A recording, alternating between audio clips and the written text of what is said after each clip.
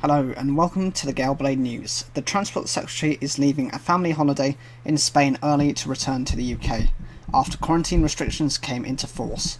Grant Shapps said he would come home on Wednesday so he can get through quarantine as quickly as possible and return to work.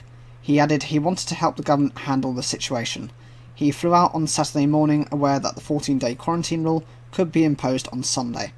It's understood Mr. Shapps had originally decided to press ahead with his holiday and then quarantine on his return to the UK to avoid a possible public backlash.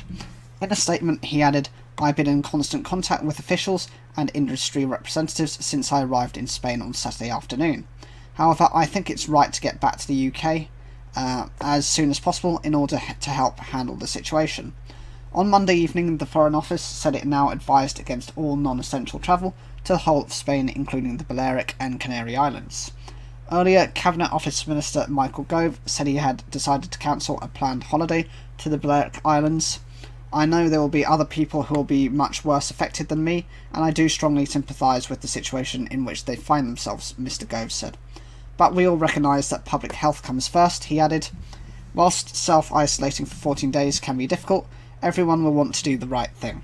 Quarantine measures apply to all those returning from mainland Spain, the Canary Islands and the Balearic Islands such as Mallorca and Ibiza. It is not known when Mr. Shapps is staying. Ministers discussed the rising infection rate in parts of Spain on Friday night. Once in Spain, Mr. Shapps took part in a meeting with other UK ministers, at which it was agreed to impose the restrictions.